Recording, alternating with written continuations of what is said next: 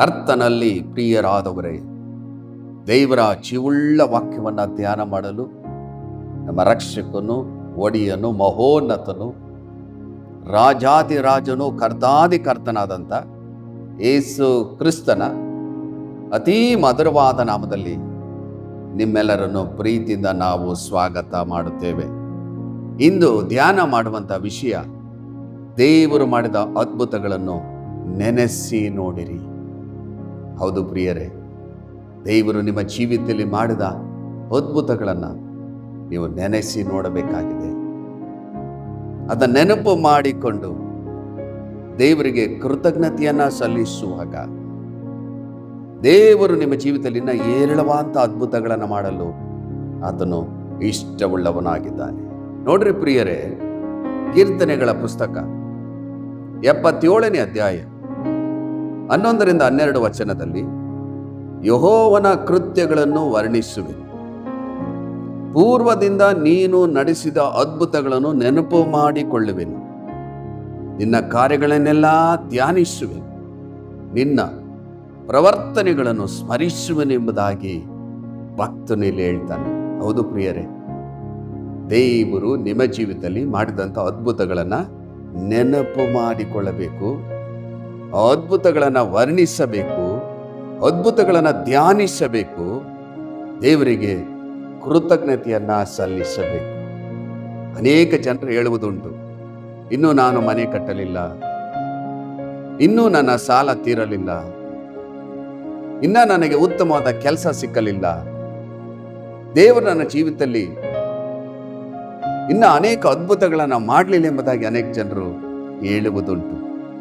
ಕರ್ತನಲ್ಲಿ ಪ್ರೀತಿಯುಳ್ಳ ದೈವ ಜನರೇ, ನನ್ನ ಸಹೋದರ, ನನ್ನ ಸಹೋದರಿ, ನಿಮ್ಮ ಜೀವಿತದಲ್ಲಿ ದೇವರು ಮಾಡಿದಂಥ ಶ್ರೇಷ್ಠವಾದಂಥ ಅದ್ಭುತಗಳನ್ನು ನೀವು ಧ್ಯಾನಿಸಿ ನೋಡ್ರಿ, ಅದನ್ನು ನೆನಪು ಮಾಡಿಕೊಳ್ಳಿರಿ ಎಂಬುದಾಗಿ ದೇವರು ಇಂದು ಈ ವಾಕ್ಯದ ಮೂಲಕವಾಗಿ ನಿಮ್ಮೊಟ್ಟಿಗೆ ಮಾತನಾಡ್ತಿದ್ದಾರೆ. ದೇವರು ಮಾಡಿದಂಥ ಶ್ರೇಷ್ಠವಾದಂಥ ಅದ್ಭುತಗಳೇನು? ನಿಮ್ಮನ್ನು ಪಾಪದಿಂದ, ಶಾಪದಿಂದ ಬಿಡಿಸಿದ್ದೇ ಶ್ರೇಷ್ಠವಾದಂಥ ಅದ್ಭುತ. ನಿಮ್ಮನ್ನ ನರಕದಿಂದ ಪಾರು ಮಾಡಿ ಪರಲೋಕದ ಪ್ರಜೆಯಾಗಿ ಮಾರ್ಪಡಿಸಿದ್ದೆ ಶ್ರೇಷ್ಠವಾದಂಥ ಅದ್ಭುತವಾಗಿದೆ. ದೇವರು ನಿಮ್ಮನ್ನು ನೀತಿವಂತರನ್ನಾಗಿ ಮಾಡಿ, ತನ್ನ ಮಕ್ಕಳಾಗಿ ಮಾಡಿ, ನಿಮ್ಮನ್ನ ಇಲ್ಲಿವರೆಗೆ ಮುನ್ನಡೆಸಿದ್ದು ಅದು ಶ್ರೇಷ್ಠವಾದಂಥ ಅದ್ಭುತವಾಗಿದೆ. ದೇವರು ನಿಮಗೋಸ್ಕರ ತನ್ನ ಪ್ರಾಣವನ್ನು ಕೊಟ್ಟು ರಕ್ತವನ್ನು ಸುರಿಸಿ ಪಾಪ ಶಾಪಗಳಿಂದ ಬಿಡುಗಡೆ ಕೊಟ್ಟಿದ್ದು ಶ್ರೇಷ್ಠವಾದಂಥ ಅದ್ಭುತವಾಗಿದೆ.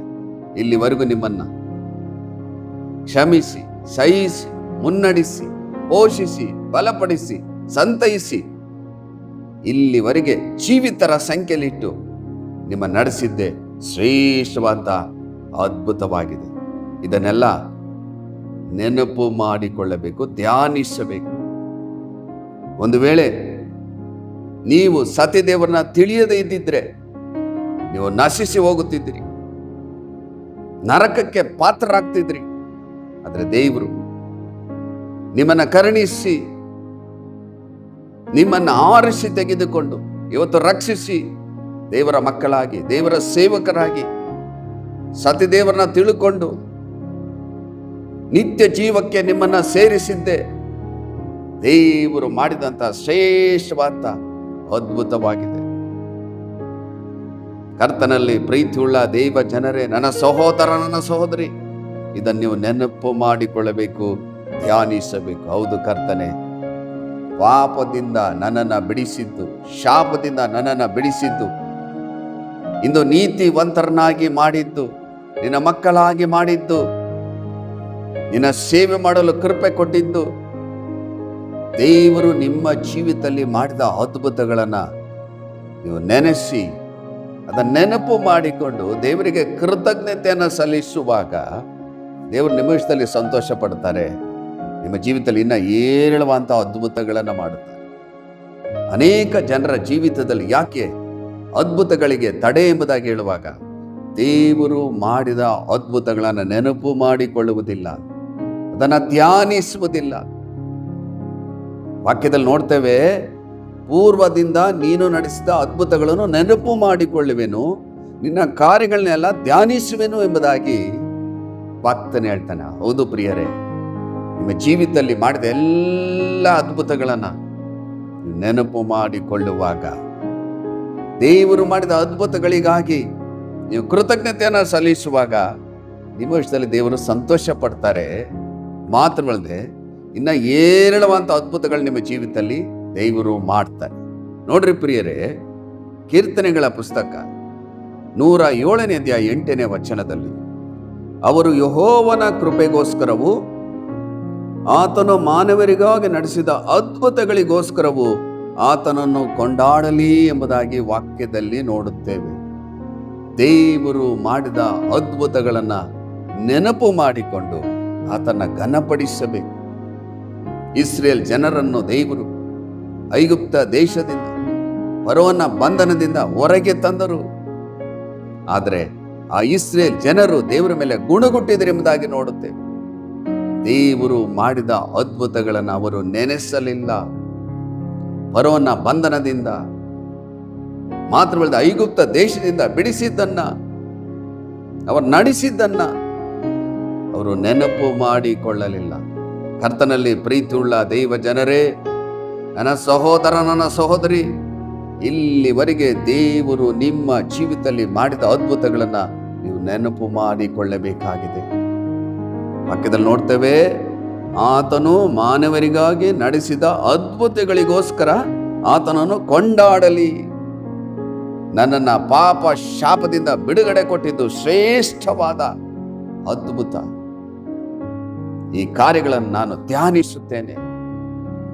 ನೀನು ಮಾಡಿದ ಕಾರ್ಯಕ್ಕಾಗಿ ನಾನು ನಿನ್ನನ್ನು ಕೊಂಡಾಡ್ತೇನೆ ಎಂಬುದಾಗಿ ಹೇಳುವಾಗ ದೇವರು ನಿಮಿಷದಲ್ಲಿ ಸಂತೋಷ ಪಡ್ತಾರೆ. ಮಾತ್ರವಲ್ಲದೆ ನಿಮ್ಮನ್ನು ಏರಳವಾಗಿ ಆಶೀರ್ವಾದ ಮಾಡುತ್ತಾರೆ. ಇಂದು ಅನೇಕ ಜನರು ಅನೇಕ ಆಶೀರ್ವಾದಗಳಿಗೆ ಅವರೇ ತಡೆಯಾಗಿದ್ದಾರೆ. ದೇವರು ಮಾಡಿದ ಅದ್ಭುತಗಳ ನೆನಪು ಮಾಡಿಕೊಳ್ಳುವುದಿಲ್ಲ, ಧ್ಯಾನಿಸುವುದಿಲ್ಲ, ಕೃತಜ್ಞತೆಯನ್ನು ಸಲ್ಲಿಸುವುದಿಲ್ಲ. ಕರ್ತನಲ್ಲಿ ಪ್ರೀತಿಯುಳ್ಳ ದೈವ ಜನರೇ, ನನ್ನ ಸಹೋದರ, ನನ್ನ ಸಹೋದರಿ, ಇಂದು ದೇವರು ವಾಕ್ಯದ ಮೂಲಕವಾಗಿ ನಿಮ್ಮೊಟ್ಟಿಗೆ ಮಾತನಾಡ್ತಿದ್ದಾರೆ. ದೇವರ ಅದ್ಭುತಗಳನ್ನು ನೆನಪು ಮಾಡಿಕೊಳ್ಳಿರಿ, ಧ್ಯಾನಿಸಿರಿ, ದೇವರಿಗೆ ಕೃತಜ್ಞತೆಯನ್ನು ಸಲ್ಲಿಸಿರಿ. ನೋಡ್ರಿ ಪ್ರಿಯರೇ, ಕೀರ್ತನೆಗಳ ಪುಸ್ತಕ 40ನೇ ಅಧ್ಯಾಯ 5ನೇ ವಚನದಲ್ಲಿ, ಯೆಹೋವನೇ ನನ್ನ ದೇವರೇ, ನಿನಗೆ ಸಮಾನನಾದ ದೇವರು ಯಾರು? ನಮ್ಮ ಹಿತಕ್ಕಾಗಿ ನೀನು ಮಾಡಿದ ಆಲೋಚನೆಗಳು, ಅದ್ಭುತ ಕಾರ್ಯಗಳು ಎಷ್ಟೋ ವಿಶೇಷವಾಗಿದೆ. ಅವುಗಳನ್ನು ವಿವರಿಸಿ ಹೇಳೋಣವೆಂದರೆ ಅಸಾಧ್ಯವು, ಅವು ಅಸಂಖ್ಯಾತವಾಗಿದೆ ಎಂಬುದಾಗಿ ದಾವೀದನು ದೇವರು ತನ್ನ ಜೀವಿತದಲ್ಲಿ ಮಾಡಿದ ಅದ್ಭುತಗಳ ನೆನಪು ಮಾಡಿಕೊಂಡು ಧ್ಯಾನಿಸಿ ದೇವರಿಗೆ ಕೃತಜ್ಞತೆಯನ್ನು ಸಲ್ಲಿಸಿದ್ದಾನೆ. ಯೆಹೋವನೇ ನನ್ನ ದೇವರೇ, ನಿನಗೆ ಸಮಾನನಾದ ದೇವರು ಯಾರು? ನಮ್ಮ ಹಿತಕ್ಕಾಗಿ ನೀನು ಮಾಡಿದ ಆಲೋಚನೆಗಳು, ಅದ್ಭುತ ಕಾರ್ಯಗಳು ಎಷ್ಟೋ ವಿಶೇಷವಾಗಿದೆ ಎಂಬುದಾಗಿ, ಅಂದರೆ ಎಣಿಸಿ ಮುಗಿಸಲು ಆಗದಂತ ಅದ್ಭುತಗಳನ್ನು ನನ್ನ ಜೀವಿತದಲ್ಲಿ ಮಾಡಿದ್ದೀ ಎಂಬುದಾಗಿ ದಾವೀದನು ದೇವರಿಗೆ ಕೃತಜ್ಞತೆಯನ್ನು ಸಲ್ಲಿಸ್ತಿದ್ದಾನೆ. ಹೌದು ಪ್ರಿಯರೇ, ದೇವರು ಇದುವರೆಗೂ ನಿಮ್ಮ ಜೀವಿತದಲ್ಲಿ ಮಾಡಿದ ಅದ್ಭುತಗಳ ನೆನಪು ಮಾಡಿಕೊಳ್ಳಿರಿ. ಕೆಲವು ವರ್ಷಗಳ ಹಿಂದೆ ಯಾವ ರೀತಿ ನಿಮ್ಮ ಜೀವನ ಇತ್ತು, ದೇವರು ಯಾವ ರೀತಿ ನಿಮ್ಮನ್ನು ಆಶೀರ್ವದಿಸಿ ಮುನ್ನಡೆಸಿದ್ದಾರೆ, ನಿಮ್ಮ ಪರಿಸ್ಥಿತಿಗಳನ್ನು ಬದಲಿಸಿದ್ದಾರೆ, ನಿಮ್ಮನ್ನು ಉನ್ನತಿಗೆ ತಂದಿದ್ದಾರೆ. ದೇವರು ಮಾಡಿದ ಅದ್ಭುತಗಳನ್ನು ನೆನಪು ಮಾಡಿಕೊಳ್ಳಬೇಕು. ದೇವರಿಗೆ ಎಷ್ಟು ಅದ್ಭುತ ನನ್ನ ಜೀವಿತದಲ್ಲಿ ಮಾಡಿದ್ದೀರಿ, ನಿನಗೆ ಕೋಟಿ ಕೋಟಿ ಸ್ತೋತ್ರ ಎಂಬುದಾಗಿ ಹೇಳುವಾಗ ದೇವರಿಂದ ಇನ್ನ ಹೇಳುವಂತ ಆಶೀರ್ವಾದಗಳು ನಿಮ್ಮ ಜೀವಿತದಲ್ಲಿ ಹೊಂದಿಕೊಳ್ಳಲು ಸಾಧ್ಯ. ನೋಡ್ರಿ ಪ್ರಿಯರೇ, 1 ಥೆಸಲೋನಿಕದವರಿಗೆ ಬರೆದ ಪತ್ರಿಕೆ 5ನೇ ಅಧ್ಯಾಯ 16ರಿಂದ 18 ವಚನದಲ್ಲಿ, ಯಾವಾಗಲೂ ಸಂತೋಷಿರಿ, ಎಡಬಿಡದೆ ಪ್ರಾರ್ಥನೆ ಮಾಡಿ, ಎಲ್ಲದರಲ್ಲಿಯೂ ಕೃತಜ್ಞತಾ ಸ್ತುತಿ ಮಾಡಿರಿ. ಇದೇ ನಿಮ್ಮ ವಿಷಯವಾಗಿ ಕ್ರಿಸ್ತ ಯೇಸುವಿನಲ್ಲಿ ತೋರಿ ಬಂದ ದೇವರ ಚಿತ್ತ. ಹಲ್ಲೆಲೂಯಾ. ಹಾಗಾದ್ರೆ ಇದರ ಅರ್ಥ ಏನು? ನೀವು ಸಂತೋಷವಾಗಿರ್ರಿ, ನಿಮಗೋಸ್ಕರ ನಾನು ಎಲ್ಲವನ್ನ ಮಾಡುತ್ತೇನೆ, ನೀವು ಸಂತೋಷವಾಗಿರ್ರಿ. ಅಲ್ಲಿ ವಾಕ್ಯದಲ್ಲಿ ನೋಡ್ತೇವೆ, ಎಡಬಿಡದೆ ಪ್ರಾರ್ಥನೆ ಮಾಡ್ರಿ. ಎಡಬಿಡದೆ ನೀವು ಪ್ರಾರ್ಥಿಸಬೇಕು. ಪ್ರಾರ್ಥನೆ ಅನ್ನುವಂಥದ್ದು ದೇವರಿಗೂ ನಮಗಿರುವಂಥ ಒಂದು ಅನ್ಯೋನ್ಯತೆ, ಒಂದು ಸಂಬಂಧ. ಆ ಎಡ ಬಿಡದೆ ನಾವು ಪ್ರಾರ್ಥನೆ ಮಾಡ್ತಿರ್ಬೇಕು. ಮಾತ್ರವಲ್ಲದೆ ಎಲ್ಲಾದ್ರಲ್ಲಿಯೂ ಕೃತಜ್ಞತಾ ಸ್ತುತಿ ಮಾಡಿರಿ. ದೇವರಿಗೆ ಕೃತಜ್ಞತಾ ಸ್ತುತಿ ಮಾಡಬೇಕು. ದೇವರು ನಿಮ್ಮ ಜೀವಿತದಲ್ಲಿ ಮಾಡಿದ ಅದ್ಭುತಗಳನ್ನು ನೀವು ಕುಳಿತುಕೊಂಡು ಅದನ್ನು ಧ್ಯಾನಿಸಬೇಕು. ನನ್ನನ್ನು ಇದುವರೆಗೂ ನಡೆಸಿದ್ದೀರಿ, ಇಲ್ಲಿವರೆಗೂ ನನ್ನ ಪೋಷಿಸಿದ್ದೀರಿ, ಬಲಪಡಿಸಿದ್ದೀರಿ, ಸಂತೈಸಿದ್ದೀರಿ, ಮರಣಕರ ರೋಗದಿಂದ ಬಿಡಿಸಿದ್ದೀರಿ, ಪಾಪ ಶಾಪಗಳಿಂದ ಬಿಡುಗಡೆ ಕೊಟ್ಟಿದ್ದೀರಿ, ನೀತಿವಂತರನ್ನಾಗಿ ಮಾಡಿದ್ದೀರಿ, ಪರಲೋಕದ ಪ್ರಜೆಯಾಗಿ ಮಾಡಿದ್ದೀರಿ. ಇವೆಲ್ಲವೂ ಸಾಧಾರಣವಾದಂಥ ವಿಷಯವಲ್ಲ. ನಿಮ್ಮನ್ನ ನೀತಿವಂತರನ್ನಾಗಿ ಮಾಡಿದ್ದು ದೇವರು ಸಾಧಾರಣವಾದ ವಿಷಯವಲ್ಲ. ಆತನು ಪರಲೋಕವನ್ನು ಬಿಟ್ಟು ನರ ಮನುಷ್ಯನಾಗಿ ಧರೆಗಿಳಿದಿದ್ದು 33 ವರ್ಷಗಳ ಕಾಲ ಈ ಲೋಕದಲ್ಲಿ ಜೀವಿಸಿ ಕೊನೆಗೆ ತನ್ನ ಪ್ರಾಣವನ್ನು ಕೊಟ್ಟು ರಕ್ತವನ್ನು ಸುರಿಸಿ ಪಾಪ ಶಾಪಗಳಿಂದ ಬಿಡುಗಡೆ ಕೊಟ್ಟಿದ್ದು ಇದು ಶ್ರೇಷ್ಠವಾದಂಥ ಕಾರ್ಯವಾಗಿದೆ. ನಮ್ಮ ಜೀವಿತದಲ್ಲಿ ಕರ್ತನು ಮಾಡಿದಂಥ ವಿಶೇಷವಾದಂಥ ಅದ್ಭುತವಾಗಿದೆ. ಇಂದು ನಾವು ದೇವರ ಮಕ್ಕಳಾಗಿದ್ದೇವೆ, ದೇವರ ಸೇವಕರಾಗಿದ್ದೇವೆ, ಸತ್ಯದೇವರನ್ನ ತಿಳಿದುಕೊಂಡಿದ್ದೇವೆ.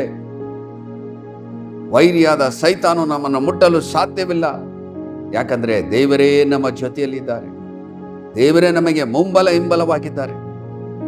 ಒಂದೊಂದು ದಿನವೂ ನಮ್ಮನ್ನು ಕೈ ಹಿಡಿದು ನಡೆಸುತ್ತಾರೆ, ತನ್ನ ವಾಕ್ಯದಲ್ಲಿ ಬಲಪಡಿಸಿ ಮುನ್ನಡೆಸುತ್ತಾರೆ, ಪವಿತ್ರ ಆತ್ಮನ ತುಂಬಿಸಿ ಮುನ್ನಡೆಸುತ್ತಾರೆ, ತನ್ನ ದೇವದೂತರನ್ನ ನಮಗೆ ಕಾವಲಾಗಿಟ್ಟಿದ್ದಾರೆ. ದೇವರು ತನ್ನ ಕೃಪೆಯಿಂದ ನಮ್ಮನ್ನು ಆವರಿಸಿದ್ದಾರೆ. ಇವೆಲ್ಲವೂ ಸಾಧಾರಣವಾದಂಥ ವಿಷಯವಲ್ಲ.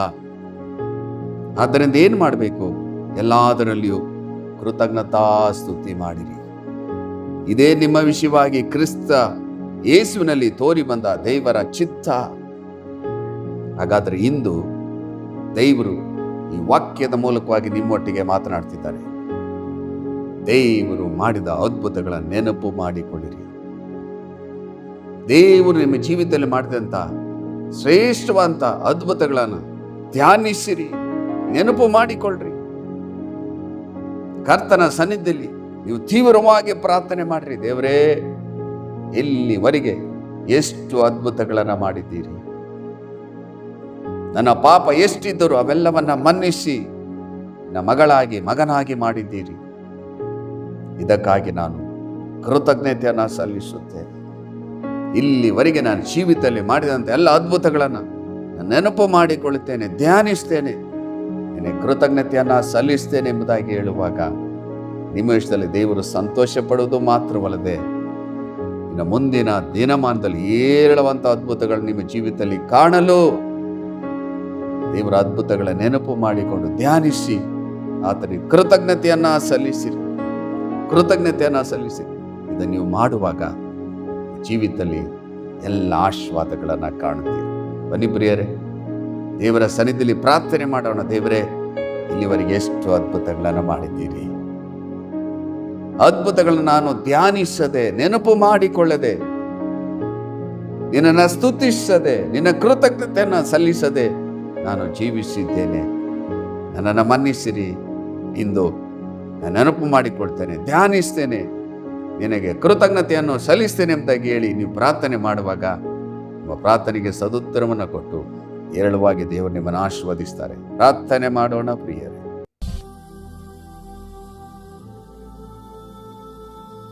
ನಮ್ಮನ್ನ ಅತಿಶಯವಾಗಿ ಪ್ರೀತಿ ಮಾಡುವಂತ ನಮ್ಮ ಪರಲೋಕದ ತಂದೆಯಾದ ದೇವರೇ, ಎಷ್ಟು ಜನರು ನನ್ನೊಟ್ಟಿಗೆ ಸೇರಿ ಏಸಪ್ಪ ನನ್ನ ಜೀವಿತದಲ್ಲಿ ಎಷ್ಟು ಅದ್ಭುತಗಳನ್ನು ಮಾಡಿದ್ದೀರಿ.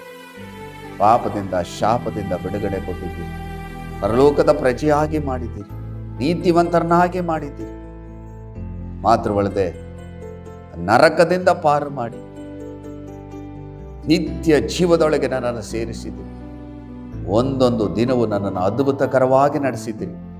ನೀನು ಮಾಡಿದಂತೆಲ್ಲ ಶ್ರೇಷ್ಠವಾದ ಅದ್ಭುತಗಳನ್ನು ನೆನಪು ಮಾಡಿಕೊಳ್ತೇನೆ, ಧ್ಯಾನಿಸ್ತೇನೆ. ಇಲ್ಲಿವರೆಗೂ ಸ್ವಾಮಿ, ನಾನು ಧ್ಯಾನಿಸದೆ ನಾನು ಜೀವನ ಮಾಡಿದ್ದೇನೆ, ನನ್ನ ಮನ್ನಿಸು ಎಂಬುದಾಗಿ ಹೇಳಿ ನನ್ನೊಟ್ಟಿಗೆ ಎಷ್ಟು ಜನರು ಪ್ರಾರ್ಥನೆ ಮಾಡ್ತಿದ್ದರು. ಜೀವಿತದಲ್ಲಿ ಸ್ವಾಮಿ ನಿನ್ನ ಅದ್ಭುತಗಳನ್ನು ಧ್ಯಾನಿಸುತ್ತಾ ಅದನ್ನು ನೆನಪು ಮಾಡಿಕೊಳ್ತಾ ನಿನ್ನ ಕೃತಜ್ಞತೆಯನ್ನು ಸಲ್ಲಿಸುತ್ತಾ ಇನ್ನು ಮುಂದಿನ ದಿನಮಾನದಲ್ಲಿ ಏಳುವಂತ ಆಶೀರ್ವಾದ ಹೊಂದಿಕೊಳ್ಳಲು ಅವರಿಗೆ ಈಗ ಕೃಪೆ ಕೊಡ್ರಿ ಸ್ವಾಮಿ. ಕೃಪೆ ಕೊಡ್ರಿ. ಅವರ ಆತ್ಮಿಕ ಕಣ್ಣುಗಳನ್ನು, ಆತ್ಮಿಕ ಕಿವಿಗಳನ್ನು ತೆರೆದು ನಿನ್ನ ಅದ್ಭುತಗಳನ್ನು ಧ್ಯಾನಿಸ್ಲಿಕ್ಕೆ ಆಗುವಂತೆ, ಮಾತ್ರ ಉಳಿದೆ ನಿಮ್ಮ ಕೃತಜ್ಞತೆಯನ್ನು ಸಲ್ಲಿಸ್ಲಿಕ್ಕೆ ಆಗುವಂತೆ ಅವ್ರ ಕೃಪೆ ಕೊಡ್ರಿ. ಯಾರ ಕುಟುಂಬದಲ್ಲಿ ಸ್ವಾಮಿ ಏನೇನು ಅದ್ಭುತಗಳು ನಡೆಯಬೇಕೆಂಬುದಾಗಿ ಕಾದಿದ್ದಾರೆ, ಅವರ ಕುಟುಂಬದಲ್ಲಿ ಅದ್ಭುತಗಳನ್ನು ಮಾಡ್ರಿ ಸ್ವಾಮಿ. ರೋಗದಿಂದ ಬಿಡುಗಡೆ ಕೊಡ್ರಿ, ಕಷ್ಟದಿಂದ ಬಿಡುಗಡೆ ಕೊಡ್ರಿ, ಸಾಲದಿಂದ ಬಿಡುಗಡೆ ಕೊಡ್ರಿ. ಅವರ ಕುಟುಂಬದಲ್ಲಿ ಕೆಲಸ ಕಾರ್ಯಗಳಿಲ್ಲದೆ ಇರ್ಬೋದು, ಕೆಲಸ ಕಾರ್ಯಗಳ ಅನುಗ್ರಹಿಸಿ ಕೊಡ್ರಿ. ಅವರ ಕುಟುಂಬದಲ್ಲಿ ಅನ್ಯೂನ್ಯತೆಯನ್ನು ಕೊಡ್ರಿ. ಇಡೀ ಕುಟುಂಬ ರಕ್ಷಣೆ ಹೊಂದಲಿ ಸ್ವಾಮಿ. ಅವರ ಕುಟುಂಬದಲ್ಲಿ ಸ್ವಾಮಿ ನೀವು ಚಿಂತಕ್ಕೆ ವಿರುದ್ಧವಾದ ಕಾರ್ಯಗಳಿರುವುದಾದರೆ ಅದನ್ನು ತೆಗೆದುಹಾಕಿ ಒಂದು ಆಶೀರ್ವಾದ ಮಾಡಿ ಮುಂದಿನ ದಿನಮಾನದಲ್ಲಿ ಏರಳುವಂತ ಆಶೀರ್ವಾದಗಳನ್ನು ಅವರು ಹೊಂದಿಕೊಳ್ಳಲು ರೂಪಿಸಿ ಇನ್ನ ಪ್ರಸನ್ನತೆ ಅವರ ಮನೆಯಲ್ಲಿ ಇಳಿದು ಬರಲಿ ಸ್ವಾಮಿ. ಜೀವಳ ವಾಕ್ಯ ಅವರ ಜೀವಿತದಲ್ಲಿ 100% ಕಾರ್ಯ ಈಗಲೇ ಅದನ್ನು ಮಾಡಿದ್ದಕ್ಕಾಗಿ ಸ್ತೋತ್ರ ಯೇಸುವಿನ ಮೂಲಕ ಬೇಡಿ ಹೊಂದಿದ್ದೇವೆ ಜೀವುಳ್ಳ ತಂದೆಯೇ, ಆಮೇನ್. ಕರ್ತನಲ್ಲಿ ಪ್ರಿಯರಾದವರೇ, ದೇವರ ಜೀವುಳ್ಳ ವಾಕ್ಯವನ್ನ ಕೇಳಿಸಿಕೊಂಡು ಮರಿಬೇಡ್ರಿ. ದೇವರು ನಿಮ್ಮ ಜೀವಿತದಲ್ಲಿ ಮಾಡಿದ ಎಲ್ಲ ಅದ್ಭುತಗಳನ್ನು ನೆನಪು ಮಾಡಿಕೊಳ್ಳ್ರಿ, ಧ್ಯಾನಿಸಿರಿ, ದೇವರನ್ನ ಸ್ತುತಿಸಿರಿ. ದೇವರಿಂದ ಏಳುವಂತ ಆಶೀರ್ವಾದಗಳನ್ನು ನೀವು ಹೊಂದಿಕೊಂಡು ಸಾಕ್ಷಿಯಾಗಿ ಜೀವಿಸಿರಿ.